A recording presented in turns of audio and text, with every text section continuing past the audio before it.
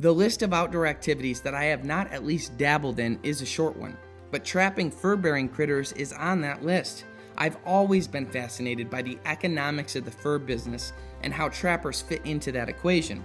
You know, you could really make a strong case in saying the original foundation of the US economy was built on beaver pelts, and it's an absolute fact that many men in the United States Army would not have survived the winter during the War of 1812 if it wasn't for muskrat meat. Now, our buddy Ray Hoodie has seen the highs and lows of the muskrat and mink trades, but says trapping them is still one of his favorite pastimes. We're hoping to make it one of ours too. Welcome to the Greenway Outdoors. The muskrat, or marsh rat, is a semi-aquatic rodent and prized fur bearer, meaning that their fur is sought after for personal and commercial purposes. Its brown-black fur is used to make coats, hats, collars, and other items. While still a target for trappers, the value of their fur has dropped in recent years, leading to a decrease in trapping interest. However, trapping is still an important part of population control. Muskrats have a natural inclination to build habitat within ditches, dikes, and levees, which limits water drainage from farm fields. They can also erode riverbanks rapidly due to excessive burrowing.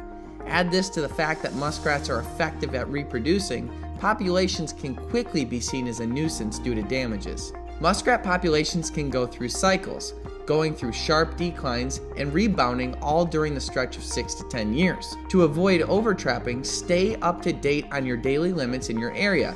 You can also reach out to your local wildlife management department for more information. Purchasing your annual fur bearer license is a great way to support conservation, as the funds support a plethora of programs to maintain populations and improve habitat for the muskrat and many other important species. Now, why do they swim through this trap? Because there's no food, there's no nothing. Right, but they're going out of their homes to swim down the ditches to eat cattails and corn and sugar beets and soybeans. A lot of sugar beets. Yep. They got a good diet. After Ray's explanation, I spent some time familiarizing myself with the equipment.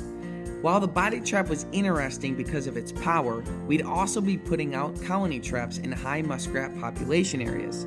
We place the colony traps in the paths that the muskrats consistently take.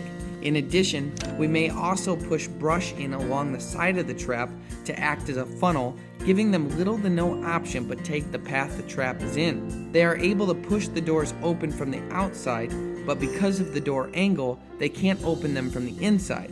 Now, they call them colony traps because multiple muskrats can fall for the same trap overnight, and it can hold quite a few muskrats as well. Yeah, find the trail, but the water's all muddy and stuff. So these traps, this is the colony trap. They swim in. I got it backwards. They swim in.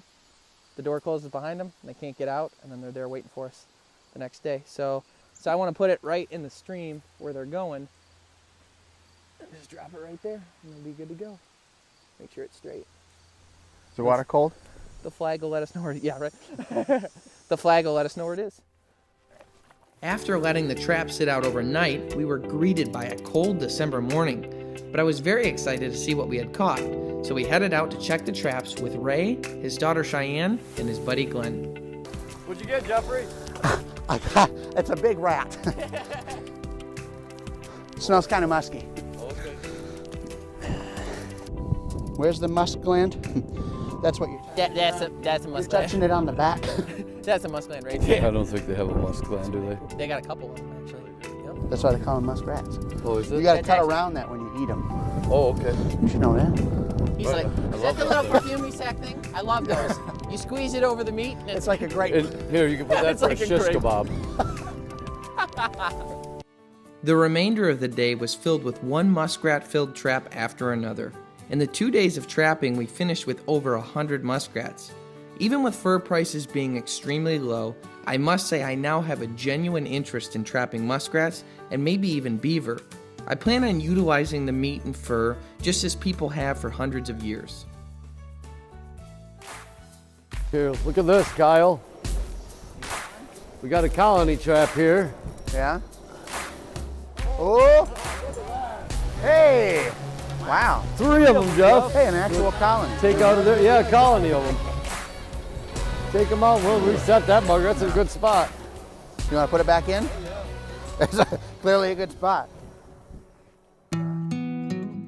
On today's episode, we targeted muskrats using traps, which is one of the most traditional and old-fashioned outdoor activities you could really do. Running from location to location in a heated truck admittedly takes away some of the misery and nostalgia that surrounds trapping, but we did have a great time.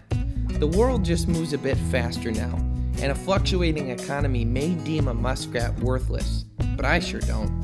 They have been feeding people and keeping them warm for thousands of years, and they still can. 1 Timothy chapter 4 says, "Everything God created is good, and nothing is to be rejected if it is received with thanksgiving." To me, it's very neat to think of the clothing I can make with my future muskrat and beaver pelts. It also excites me to imagine people wearing clothing from the fur of the muskrats that I personally trapped. And when I eat the muskrat meat, I am one step closer to understanding the survival of my ancestors. All in all, trapping fur-bearing critters is pretty cool, and it's another great reason to venture out into the greenway outdoors.